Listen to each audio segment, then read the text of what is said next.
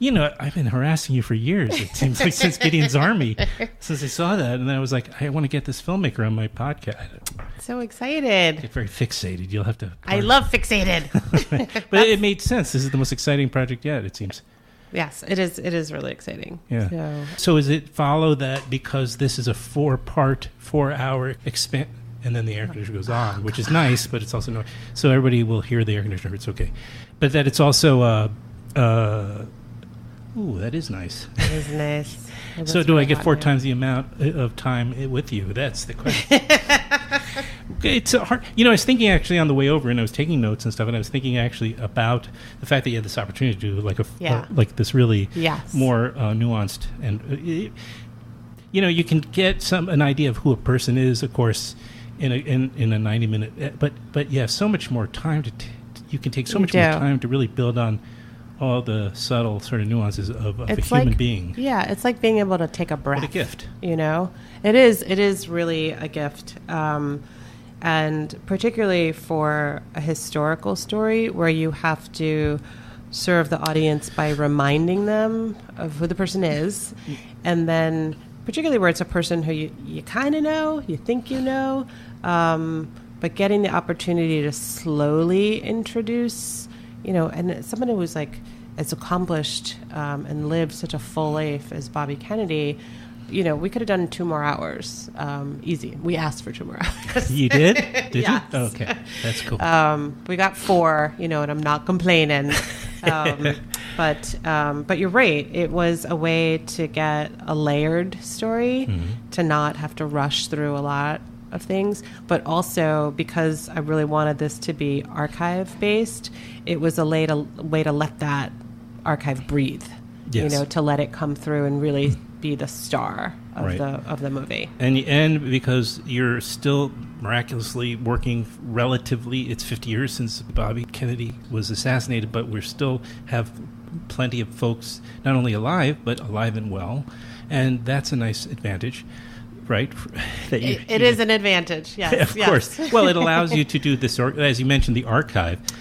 Also, in the case of firsthand or talking head accounts, you do have, again, you're going to original source. Yes. That was really the goal is, so our process was first hiring the archive team was the most important thing.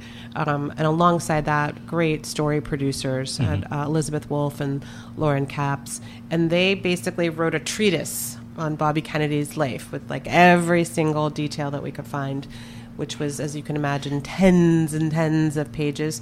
But then what we did is match up the archive with that story. So what do we have to visualize those stories?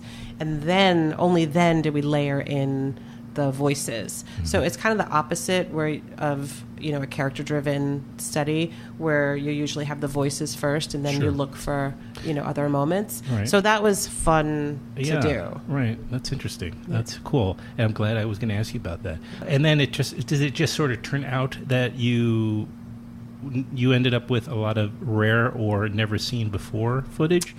And there's a part 2 to that, but we could talk. No, the footage search was kind of my obsession for years. It's right. It's the meat and the bones of this. It is. It is the heart. It is the core material. I was a political science major in college. And a philosophy minor. See, I did my homework. You did do your homework, yes. And then I worked, in journalism. I worked at ABC News. And a friend of mine, I just never forgot, told me when I was there, they were just at the point of digitizing a whole lot of material. Oh. And I remember when he said that, he was like, there's all this material in cans, and we don't exactly know what's on those reels. And I just thought to myself, if I ever get the chance, I'm going to go back into those reels. So that was when you were at ABC? That was at ABC News, yeah. And then and then was that when you were in DC? That was no. By then I had moved to New York City. Yeah, makes sense. Yes. Unless you're at the DC bureau, or whatever that means. But and then but you knew it was Kennedy, or did you just know it was just archive? We just knew it was archive. Okay. And figuring that, we had like certain dates that we would look at. But one of the great things about working with Netflix is that they were willing to take that risk with us. And we said, like, there's all these cans, reels and reels of film footage. It has not been digitized. If we expend the time and the money, maybe there's something there. And they said, go for it. Let's see if we can find something. And we did. They were underwriting that, I suppose? Yeah. This is a Netflix original. So they commissioned. Now, who went to who first? Did you pitch you guys at your company, or did they come? No, we went to them. Okay. The story had come to me through a German company, Lux Film and Television. Okay. I had done Spies of Mississippi, another film of mine, with them. And they were approached by Sirhan Sirhan's legal team, who wanted to call attention to the fact that Sirhan Sirhan was still in jail. Are they advocating then for him, obviously? They are advocating for him, for his release. Their view is he's a political prisoner. That's their... and so they have kind of exhausted their legal appeals. And so they came to me, filmmaker, a lawyer. They thought maybe this would be interesting. And I didn't know Sirhan Sirhan was still in jail, so that was interesting. But then I was like, to understand why the Sirhan Sirhan trial is important, and why it was so sensational in 1968, 1969, you have to understand Bobby Kennedy. You have to understand how important he was and his legacy. And so I brought on producer Laura Michael Chizen, and Laura immediately was like, this is a series. We can do this. We can stretch it out and really tell the story. So was there ever... No, of course there was. I'm just being devil's advocate. Was there ever a conversation around the potential conflict of interests? Because I didn't know that Sirhan Sirhan, that Lux Film, for instance, I knew that they were one of your producers, but producer partners, but I didn't know that they actually were advocating, or that they were working with people that were advocating for Sirhan. Does that put you in a position? It could. But Lux is a good partner. So they knew bringing me on, like I have background in journalism and history. This is not a 4-hour commercial to advocate for. I don't mean that in a, lightheartedly. But I was open to, look, if there's a second gunman, who wouldn't like to break that story with real evidence? Right. Yeah. So what I did is I hired a journalist, an investigative reporter who had done like a lot of fault lines and, came out of Berkeley Journalism School. And I was like, your job is to read every original source. So she went through the police files. She went through every book. She wrote a long, long treatise on every bit of evidence. And then we traced it back as far as we could go.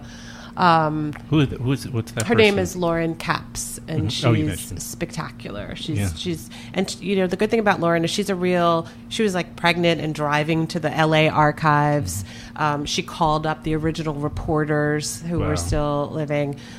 She did like good old fashioned drive around, interview people, journalism. In doing so, she uncovered some great sources for us, like some of the reporters who covered the trial. Sure.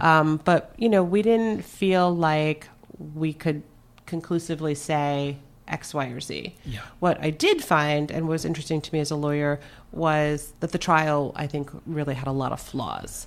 And I thought, that's interesting. If somebody else wants to pick it up and run with it, great. I feel like it was important to acknowledge that there was this ending to the Kennedy saga. It also was important to acknowledge there are people like Paul Schrade who were still kind of committed to the Kennedy legacy, who really wanted to explore what happened, and also who felt like the concept of justice encompasses Sirhan Sirhan, and that it's important that we examine our reasons for keeping him in prison. So that was a whole research effort in and of itself.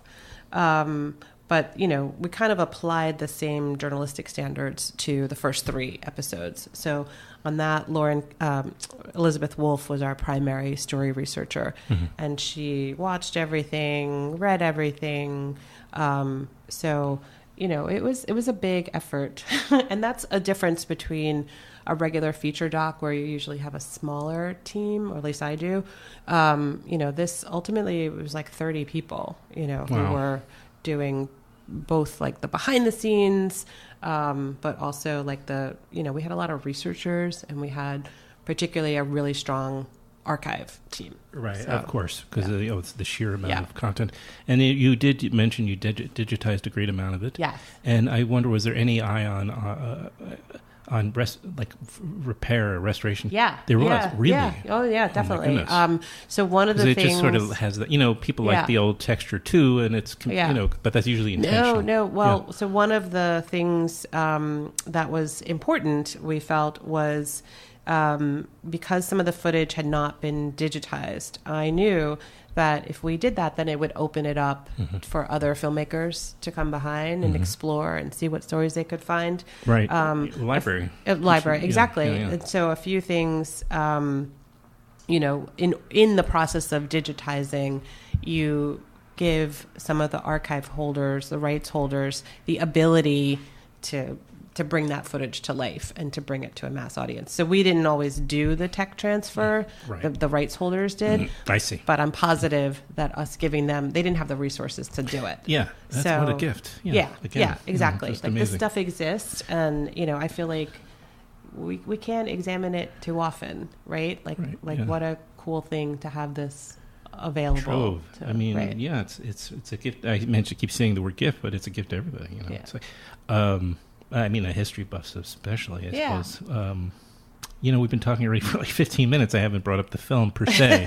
I'm talking about the making of it. And again, it's called Bobby Kennedy for President. And we're talking to Dawn Porter, who's the director. And as I'm kind of formulating my questions, I realized it really is about the shaping of a politician. Yes.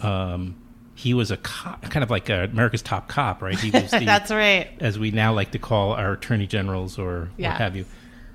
And it seemed like maybe that suited him. I think you mentioned, or it's in the notes or something, where even his brother John, it was realized that he's more of has that kind of personality, he's suited. Cop at heart. A cop at heart. Yeah. He's suited for that work, and yet there is a beckoning. People will frame it however they will. They'll call it. It would say it was meant to be, whatever people like to frame it. But we do see him evolve over these 4 episodes into a really humane politician. He took the ferocity that he used in approaching prosecution, and over time he uses that same ferocious attitude towards trying to better civil rights. Yeah. So, it's like, use your powers for good. You can be a good witch or a bad witch. Not that he was a bad witch at first, but so that was another difference in doing a series, right? When you're doing a 90-minute film, it's clear that you're going to have a story arc. Hopefully. You do a good movie, you got a story arc. In a series, each episode has to stand alone, but then all 4 of them have to make sense together and lead you someplace different than where you began. So for us, the meta story arc was that transformation story. And for me personally, what I wanted so badly to accomplish was to use enough original footage so that the viewer could experience that. Mm-hmm. So if you watch one episode, hopefully you'll learn something, enjoy it. But if you watch all 4, this message of transformation comes through because you see it, not because someone lectures and tells you that it happened, because you can actually see how differently he speaks to and with civil rights leaders in the beginning, and then where he ends up. He ends up breaking Cesar Chavez's fast. Hunger strike, right? Yes. Yeah. He, all these things. Yes, they all contributed to this shift and this evolution because I guess he was drawn towards the law, the legal constructs that are our laws. And now he's, when you're a politician, you really, I'm making this up as I go, but it's that's your baseline, I suppose. But you then also have to connect with people and with the zeitgeist. And you do, but I think for Bobby Kennedy, something that's overlooked often is his religious beliefs. So he was a devout Catholic, and the same kind of he had this, black and white attitude, right from wrong. And that same devotion and that feeling that you have to live your morals, I think with the urging of the civil rights leaders, he believed discrimination was wrong. And then it's black and white for him. This is wrong. Yeah. You should you should help people vote. You should not discriminate against them. You should feed the hungry. Unfortunately, that was a civil rights issue. Marian Wright Edelman had to take him to Mississippi. And so instead of just posing with a bunch of really poor people, he does that tour. It brings the press. But then the thing he does after is the important thing, which is he goes to the Department of Agriculture. He sends Peter Edelman and was like, you make them send food. We had to send food to Mississippi in 1968. Yeah, not to sub-Saharan Africa. That's right. We had to send food to people in the late 60s. So I think was that footage where he's at the door walking through Mississippi. The village, or we call it the village. It's a town. It's a town. Yeah. But this some of the new footage never seen before. Yes, it's striking. I remember it vividly. Yeah. And that we were entering a new media age where people were covering politicians that way, like superstars, and they were just following them. Was Pennebaker part of that, do you think? Or absolutely. With the primary and all of those films. Absolutely. Yeah. And so that was another gift, being in the documentary community.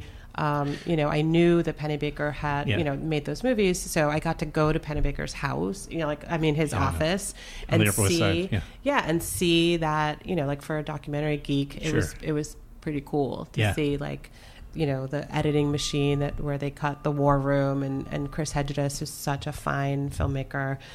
I feel like she's very much a role model mentor for me. I love the honesty and the heart that she brings to her work. But so, she and Pennebaker's son, basically, we were like, we want the outtakes, we know the film, we love the film. But so the footage of Bobby Kennedy driving to his Senate confirmation, that's Pennebaker sitting in the back seat, filming, and getting that kind of intimacy. That was personal, what you dream of. Yeah, right. Right. Well, those are kind of a personal...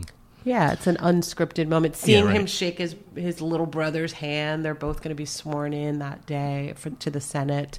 It gives the film, I think the series, it gives it a little texture. I think there's a lot. There's also this is not Pennebaker's. This is actually Dawn Porter footage.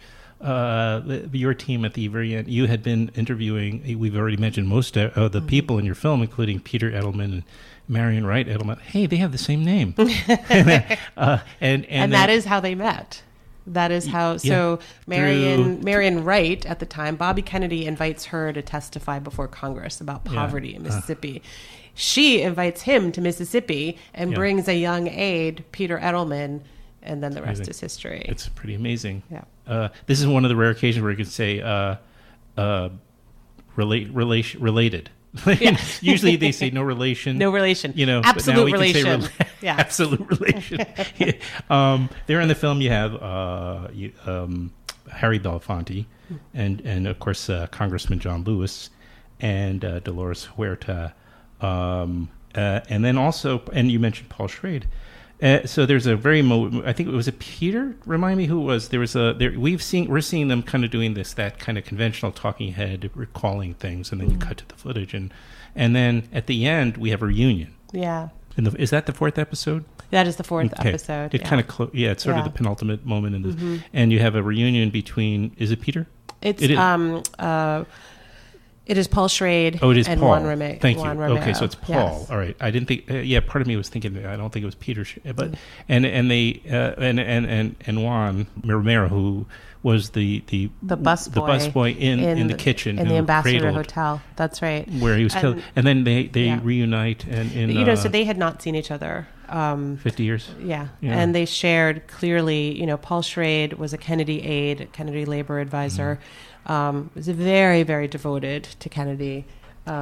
and was shot that night. He was the first person shot. People thought he had died. Juan Romero was in the kitchen. But Juan Romero's story is he had volunteered to be the busboy just because he knew Bobby Kennedy was going to be in that hotel. And so the night before, Kennedy had called down for some room service.